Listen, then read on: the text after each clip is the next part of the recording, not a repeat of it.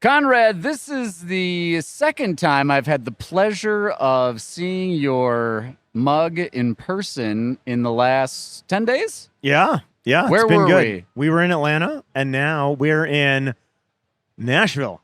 Yes. The Grand Ole Opry at the Clio Cloud Conference. And honestly, not surprised, but this is an amazingly great show. See, I like to call it Clio Con. I know that there's officially it's the Clio Cloud Conference. I try and get the branding right. That you did. That's and I'm sure they appreciate that. But I'm making a push for a rebrand. Yeah.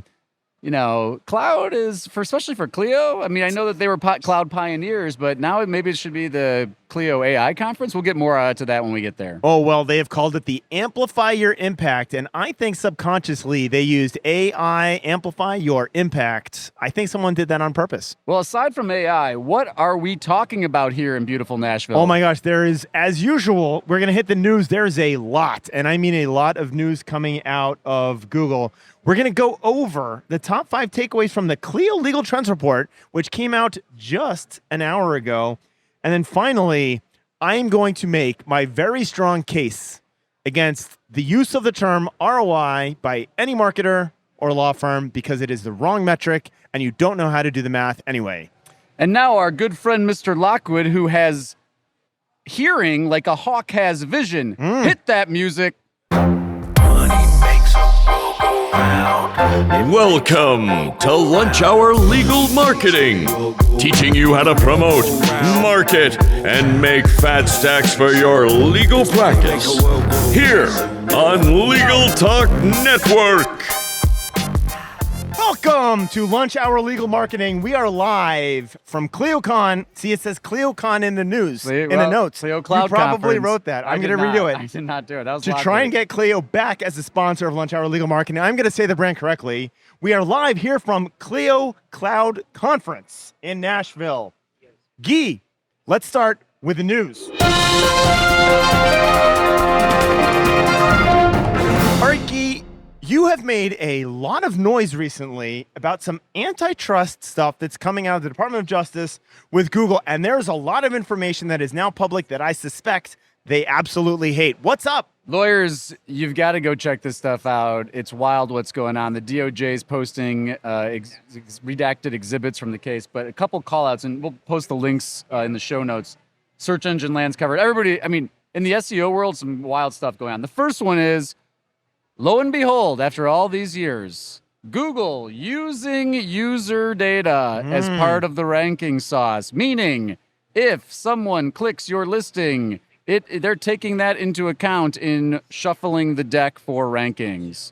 Yeah, there's a lot of SEO stuff that comes out of this. And, they really went out of their way to separate the paid side from the organic side. And boy, oh boy, is that called into question now. Yeah, there's an email from their ads people to the search people saying, hey, can you change the search results around so we can hit our revenue targets on clicks or something like that? I'm paraphrasing here, so if Google's listening to this, this is just an opinion, man. And go check out the stories, though. It's really wild stuff. Listen to Lunch Hour Legal Marketing at your own peril. Speaking of getting sued. Jeez. So can you imagine what would happen if Google Maps sent you off a bridge? So this is it's a sad story. A man was actually killed following Google Maps off a bridge that had been out of service, I believe, for 9 years. So that is a pretty bad look for Google. Yeah, not a good one. What else? We've got one more Google piece of news with chat. So check out SEO Roundtable, Google launching a chat functionality. So this is probably not a surprise, but AI-driven chat. There's lots of chat out there, and it was just a matter of time before Google got into that game as well. And now, Gyi, there's something that you want to promote. We can call this news, but talk to me about Startup Alley. Yeah, near and dear to my heart as the former co-chair of ABA TechShow. Bob Ambrogi has opened up the nominations for Startup Alley for this year's Tech Show at LawNext. So head over to LawNext and nominate your favorite legal tech startup to win a prize at Startup Alley. Details at the site, but encourage you to get involved with that. And if you're a legal tech entrepreneur / lawyer yourself, nominate yourself. Get over there. Get some good PR. Bob is interviewing Jack Newton right behind us as we speak, and we are not being paid off to push Startup Alley. When we come back, the hot 5 takeaways from Clio Legal Trends report that was launched just an hour ago. And we're back. So we're sitting at the Clio Cloud Conference, and one of my favorite things, we've done this year after year after year, is dig into the Clio Legal Trends report. I would encourage all of you to go to Clio right now and download the Legal Trends report. It will, at least as we're moving into Q4, and you should be thinking about annual planning for 2024, this is a good starting point. It's a good thing, and they bring up a lot of new things like AI.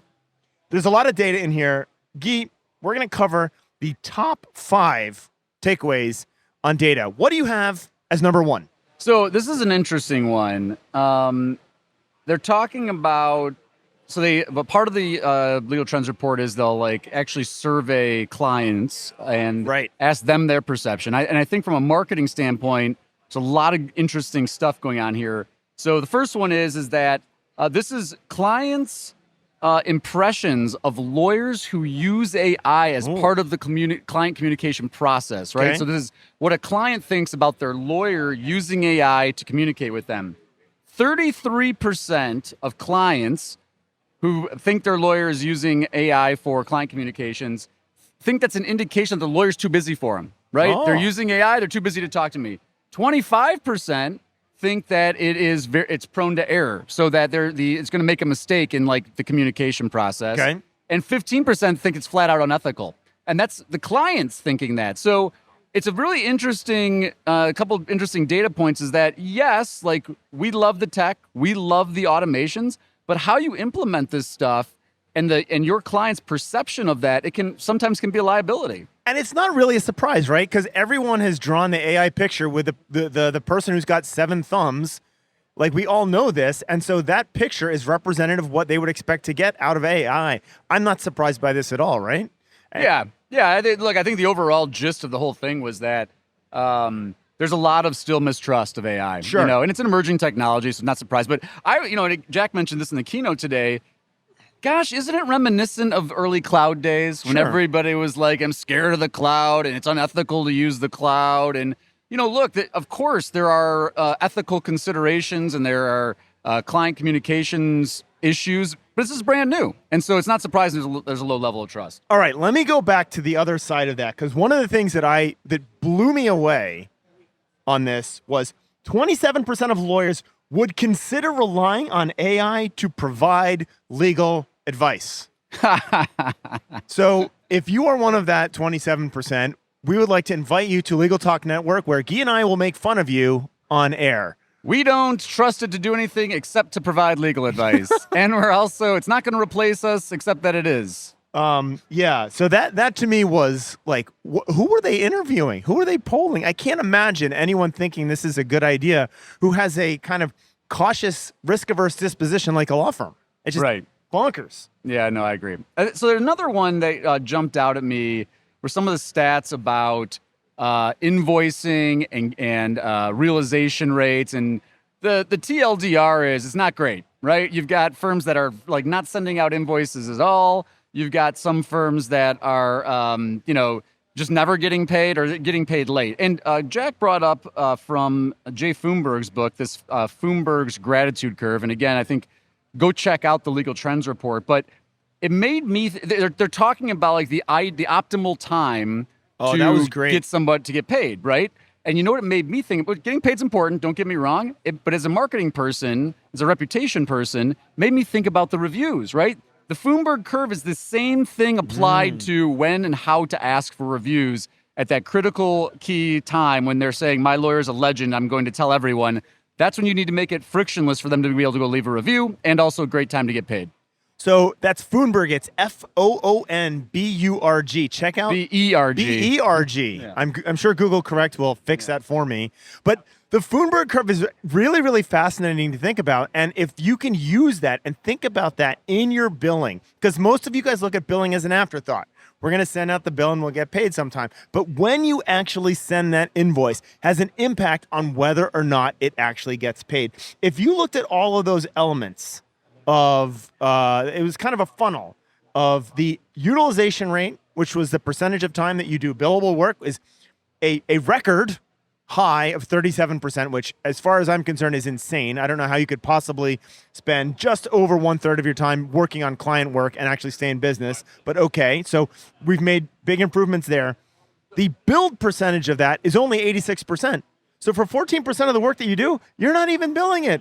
And then of that 86%, you only collect 89% of that. So if you can make incremental improvements on those things, right, by timing them carefully, by following up, by using automation, the actual realization rate for a lawyer is only 28%, which means you're barely working one out of every 4 hours for a client. You can't function like that. Well, it's wild too. I mean, and then you think about like, well, what's going on here? And it's like, well, 54% of lawyers are sending their clients bills by in person.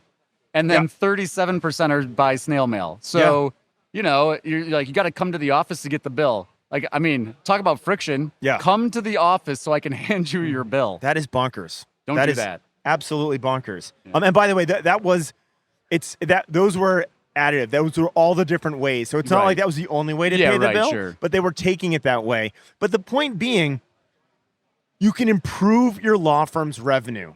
Think about it this way. Improve these numbers just by 1% or 2%. That's like adding 2%, not just to your top line. It's adding 2% to the bottom line, because the stuff that doesn't get collected is stealing your profit, right? And that is a massive, massive fundamental. A different way to think about this is if you are 20% profitable and you can make a 2% improvement in that, that's a 10% improvement in your profit. Huge. It's so big. So think about these things, spend some time with the Legal Trends Report, and make the changes. Were there any other things that kind of blew you away in here? Yeah, this maybe not a blown away, but I thought it was really interesting. There's a lot of stuff on AI in here, but what would legal professionals like AI to assist with? I think there's some interesting things out of there. Number one is finding and storing documents, not a surprise there. Calendaring, not a surprise.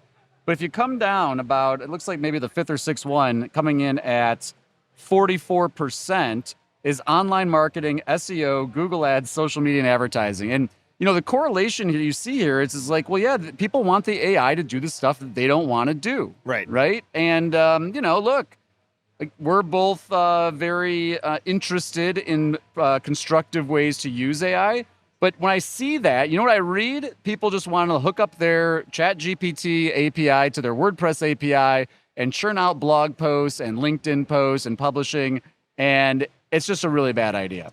So I think the other thing about AI that struck me in here, and Clio put it in a positive light, but I'm just going to invert it because I think it's very, very telling.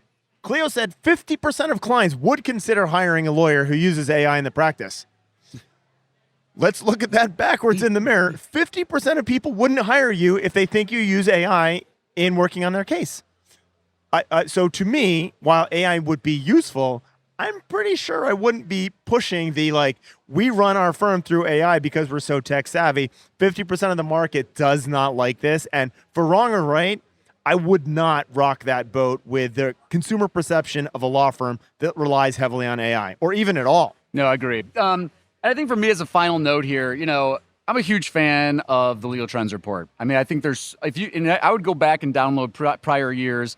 My constructive feedback to the folks that put the Legal Trends Report together is, you see in most of your reports, lawyers are very interested in how to generate more revenue. And no doubt, improving getting paid and utilization and realization are very important KPIs for that. Where is the data on marketing? Where is the survey data on how people look for lawyers, find lawyers? It's missing. Yeah. And I think it's been missing since, 2018, 2019. So put that back in, Clio. Put that back in. Or, this isn't a threat, but our good friends at CallRail just might do that. Dun, dun, dun. Speaking of CallRail, let's take a break.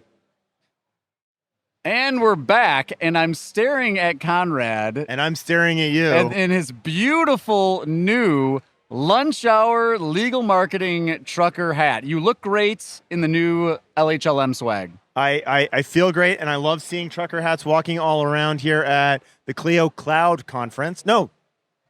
The Clio Cloud Conference. What if somebody was interested in obtaining one of these beautiful hats? So one of the things that we talk about a lot is it's really important to get engagement. And Gyi and I would like to bribe you into asking a question. So if you see us at a conference or out and about at Clio Cloud Conference, Mass Torts Made Perfect, DC TechShow. Bar Association, TechShow, Pilma, we're out there. If you would like to get on camera, ask us a question. We will make you the proud owner of one of these amazing trucker hats brought to you by Merchology. Be an LHLM star and get a beautiful trucker hat. Conrad, I want to talk about one of your favorite acronyms.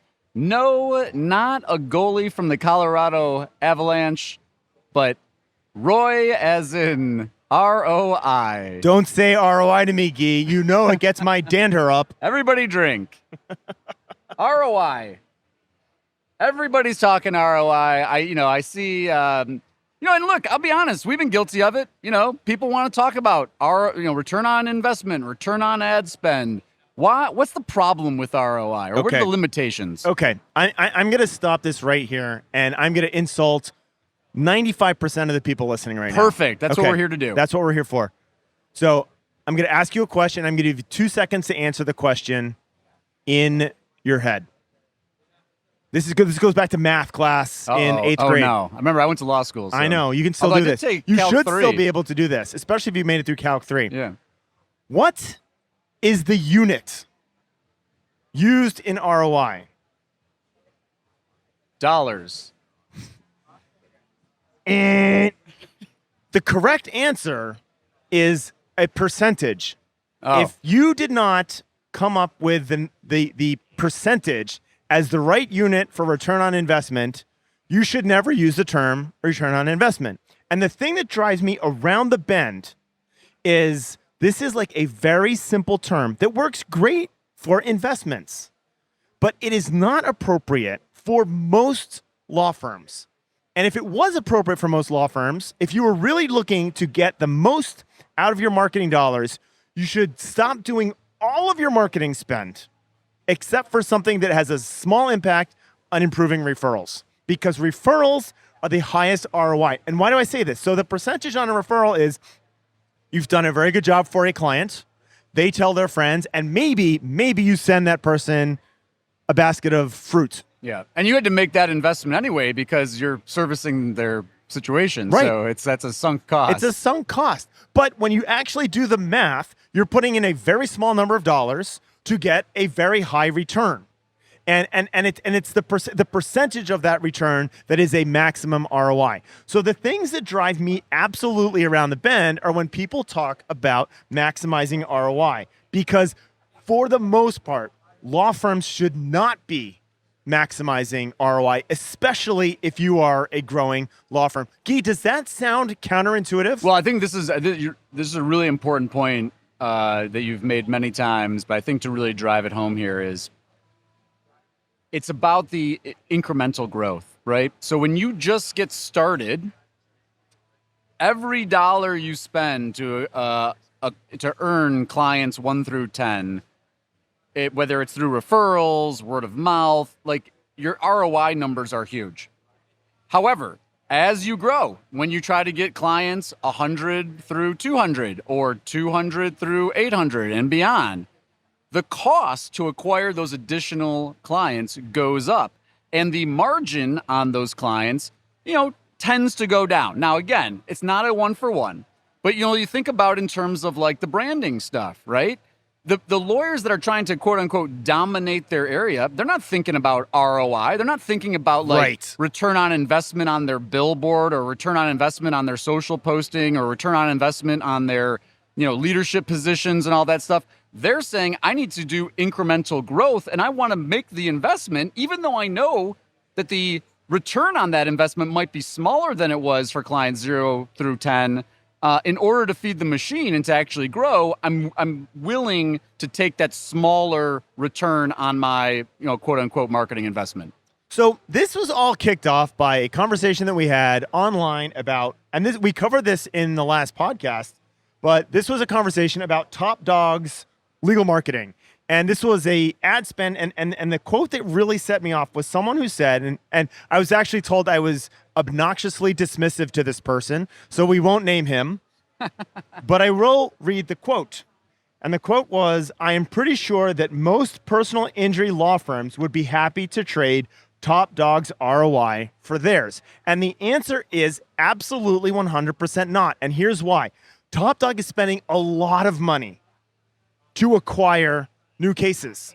They're growing like crazy. That was part of the comments. Oh, their ROI must be high because they're growing like crazy. What you don't fundamentally understand, if you think ROI is the right metric, is that when you are growing like crazy, you are willing to take a cost per client at a higher rate than other marketing channels. Pay-per-click is a great example of this. You want to grow like crazy. You want some of the market that is in the pay-per-click market. You need to buy those clients through pay-per-click. And that costs money, which means your ROI on that marketing is low. And we've seen, cost per client in the 20, 30, even 40% of the value of the case. You cannot have a high ROI when you're acquiring clients through pay-per-click. You just can't. So volume and high volume, high growth, and high ROI, they are fundamentally oppositional concepts, which is why you really need to be thinking about what are you willing to pay in order to acquire that client instead of how much do I squeeze, what's the best, the simplest way to get the highest percentage return on the lowest dollar spend. That's a great point. It brings you back, for folks that might be struggling to parse, what we're talking about here. The most obvious example is set your marketing investment to zero. You have infinite ROI. There you go. There you go. And so, therefore, ROI. Now, trying to be a judicious listener to this conversation. If you're coupling concepts of cost per acquisition, variable cost per acquisition, and volume, and ROI is a part of that conversation, I think that there's some. It makes sense to have that as part of the conversation, but I think your point is that you're not optimizing to ROI. You're not looking at your marketing and saying, let's only focus on those channels with the maximum ROI. And by the way, to the point in this particular context, your firm, you might not be, your marketing objective may not be to grow at this velocity and grow at this scale. In which case, you wouldn't trade ROI because you actually have higher ROI just focusing on word-of-mouth referrals. So I'll use a great example. We were very lucky to work with Compass Rose. They do the whistleblower work. They worked on one of the many, here's there my politics bleeding through, one of the many Trump whistleblower cases, but they're well known as the firm for federal whistleblower cases. And they're known, but the people who may turn into clients already know who they are. Their marketing, they just need to have a website that reflects that. And frankly, they're also not trying to take over the whistleblower market for the rest of the country. But if they were, their ROI would be lower because they would be acquiring clients through channels that would cost them money. And that's okay if that's what their firm objective is, but it's not. They are very happy to have the firm the way it is. They're not trying to dominate the market. They're not trying to take everything over. And so their ROI is beautifully high, which is great. Right. But most of you who are listening to this podcast are listening to it because it's a marketing podcast. You want to actually grow your firm, and that means maximizing ROI is a really, really bad idea. We're going to be sending out dog collars with an electric shock. When you say ROI, it'll zap you. And I know I'm going to regret saying this, but Dark social? It's actually what I was bringing up, is that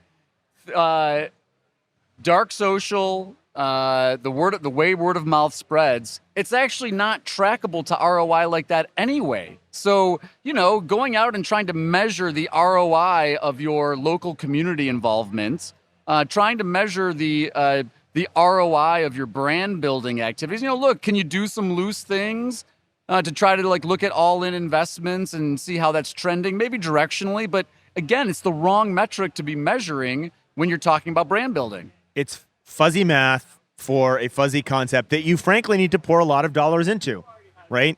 The upside is the long-term value of that. There is a long-term value of that. But again, if you want to, so let's say you've spent all this money and all this time over the last 10 years building your brand. You want to know the best way to maximize your ROI, Gyi? Turn off those TV ads, turn off your SEO, turn off your website. Don't do the lead magnets. Don't do any of that stuff. And your ROI will go through the roof until people forget about you, which is why Coke has never stopped advertising. And with that, dear listener, we are out of time. We are so grateful for your listening and subscription. If you just landed on this episode, please do go find us on your favorite podcasting app. We're all over the place. Until next time, from Nashville at the Clio Cloud Conference, You got it right on the last try. Conrad and Gyi signing off. Money makes a it makes a world go round. Money makes a world go round. Yeah, money make a world go round. Money makes a world go round. Yeah, money make a world go round. Money makes a world go round. Yeah, money make a world go round.